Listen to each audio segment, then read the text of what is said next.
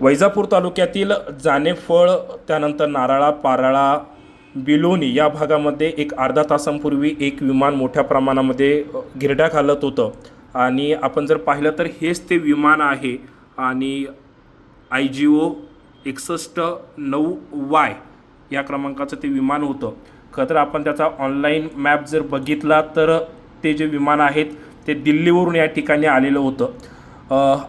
बहुतेक त्याचा या ठिकाणी संपर्क तुटला असावा आणि त्यानंतर ते या ठिकाणी गिरट्या घालत होतं.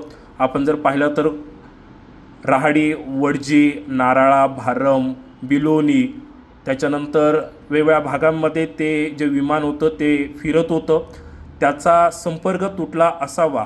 त्यानंतर एक 20 ते 25 मिनटानंतर ते विमान या ठिकाणाहून निघालेलं आहे. आपण जर पाहिलं तर या ठिकाणी ते विमान खंडाळा असेल, त्याच्यानंतर रोटेगाव, आघूर या भागामध्ये ते विमान फिरलेले आहेत आणि त्यानंतर आपण जर त्याचा मॅप जर बघितला तर या ठिकाणी त्याचा संपर्क तुटलेला होता आणि त्यानंतर हे विमान आता सुरतच्या दिशेनं गेलेलं आहे.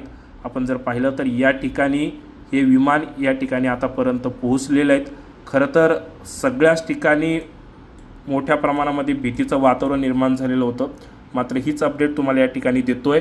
या ठिकाणी आपण जर त्याचा नकाशा या ठिकाणी बघतोय, त्याचा मॅप या ठिकाणी बघतोय, ते विमान कोणकोणत्या दिशेनं गेलेलं होतं तर याच ठिकाणी सध्या ते विमान जे आहे ते गिरट्या घालत होतं. मात्र आता ते विमान त्या ठिकाणाहून निघून गेल्यात आहे आणि त्याचा नकाशा आपण जर पाहिलं तर त्या ठिकाणी सुरतच्या दिशेनं ते गेलं आहे. छोटंसं विमान होतं आणि मोठ्या प्रमाणामध्ये आवाज देखील येत होता त्याचा.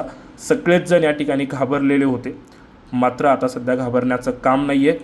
ते विमान त्या ठिकाणाहून गेलेलं आहे. त्याचा संपर्क त्या ठिकाणी तुटला असावा. पाऊस मोठ्या प्रमाणामध्ये अनेक भागामध्ये सुरू आहे आणि त्याचमुळे ते गिरट्या त्या ठिकाणी घालत होतं.